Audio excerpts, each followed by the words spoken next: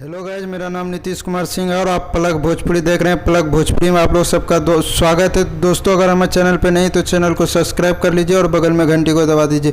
दोस्तों, अभी हम फिल्म देखे हैं नया विवाद, जो कि भोजपुरी की मच अपडेट फिल्म अभी यूट्यूब पे रिलीज हुआ है, जो कि काफ़ी शानदार और लाजवाब है।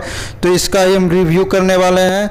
तो रिव्यू करने से पहले अगर हमारे चैनल पर नहीं है तो चैनल को सब्सक्राइब करिए यार। आप लोग सब सब्सक्राइब नहीं कर रहे हैं, सब्सक्राइब करिएगा तो आपको अगली वीडियो का इन्फॉर्मेशन मिलेगा कि हम क्या वीडियो बना रहे हैं। तो चलिए हम वीडियो को स्टार्ट करते हैं। दोस्तों, यामिनी सिंह का फिल्म जो है, इसमें बहुत ही लाजवाब एक्टिंग किया है और बहुत ही लाजवाब फिल्म है।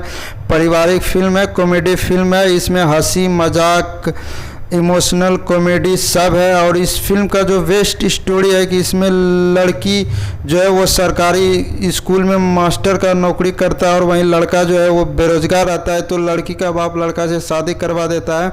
तो लड़की का डिमांड रहता है कि बारात लेकर लड़का हमारे घर नहीं आएगा, हम उसके घर जाएंगे और लड़का को लेकर हम अपना घर में आके घर जमाई बनाएंगे।